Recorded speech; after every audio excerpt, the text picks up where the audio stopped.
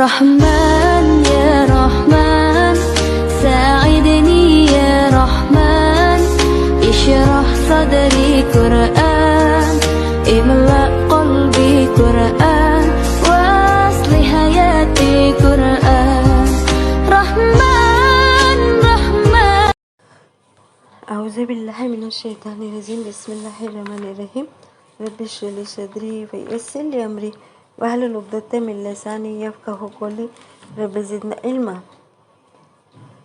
السلام علیکم ویورز.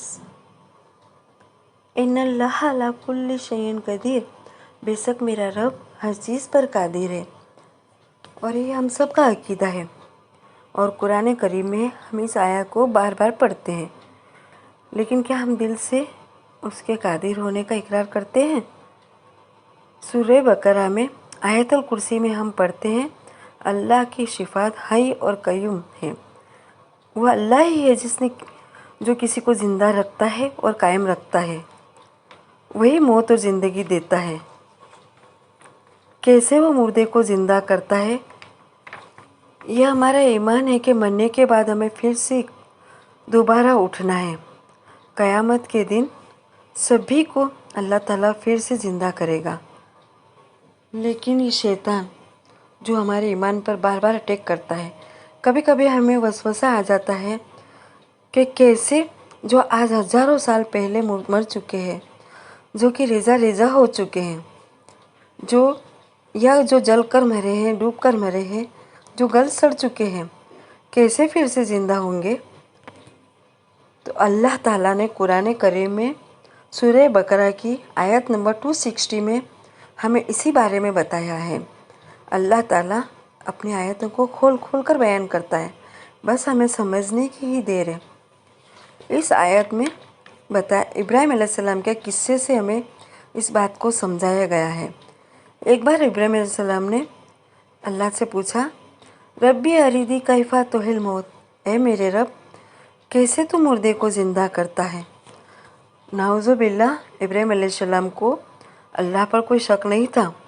ابراہیم علیہ السلام تو سبھی انبیاء کے باپ تھے. انہیں تو رسولوں پر بھی فضیلت حاصل تھی. انہیں تو خلیل اللہ کہا گیا ہے، یعنی اللہ کا دوست. ابراہیم علیہ السلام تو وہ ہے جنہوں نے کعبہ کی تعمیر کی تھی. ان کا توکل تو اللہ پر ایسا تھا کہ جب نمرود انہیں آگ میں ڈال رہا تھا تو ابراہیم علیہ السلام نے، ہوا نے، پانی نے، سبھی نے ان سے پوچھا تھا کہ کیا ہم آپ کو بچا لیں؟ تو آپ نے کہا تھا، کیا میرا رب میرا حال کو نہیں جانتا؟ میرے لیے میرا رب کافی ہے. ایسا تھا ان کا توکل. انہوں نے تو اپنے رب کے ہر حکم پر سمعنا و اطعنا کہا، کبھی بھی ان کا حکم پر سوال نہیں کیا. اللہ کے حکم پر ہی اپنے بیوی اور بچے کو ویرانے میں چھوڑ آئے تھے. بیٹے کی قربانی دینے کے لیے بھی تیار ہو چکے تھے. یہ تو ہر امتحان میں کامیاب رہے. اسی لیے تو اللہ تعالیٰ نے خود فرمایا تھا، ابراہیم نے وفا کا حق ادا کر دیا. تو جب ابراہیم علیہ السلام نے اللہ سے کہا، اے میرے رب میں دیکھنا چاہتا ہوں کہ تو کیسے مردے کو زندہ کرتا ہے، اللہ تعالیٰ نے کہا، کیا تمہیں یقین نہیں مجھ پر؟ نعوذ باللہ، ابراہیم علیہ السلام کو شک نہیں تھا، لیکن انہوں نے کہا، اے میرے رب میں علم الیقین نہیں بلکہ عینی الیقین چاہتا ہوں، میں دیکھنا چاہتا ہوں صرف. تو اللہ تعالیٰ نے کہا، تو بس لے لو 4 پرندے. کہا جاتا ہے کہ یہ 4 پرندے مور، مرغا، کبوتر اور کوّا تھے. اللہ تعالیٰ نے انہیں فرمایا، تم ان 4 پرندوں کو اپنے سے مانوس کر لینا، یعنی جب ان کو تم سے لگا ہو جائے تو پھر ان کو قربان کر دینا، یعنی ان کی قربانی کر دینا، اور ان 4 پرندے کے پارٹس کو مکس کر دینا، اور پھر ان مکس پارٹ کو آپ 4 الگ الگ پہاڑیوں پر رکھ دینا، اور ان کے سر اپنے پاس ہی رکھنا. ابراہیم علیہ السلام نے اللہ کے حکم کے مطابق ایسا ہی کیا اور ان کے پارٹس کو الگ الگ پہاڑوں پر رکھ دیا.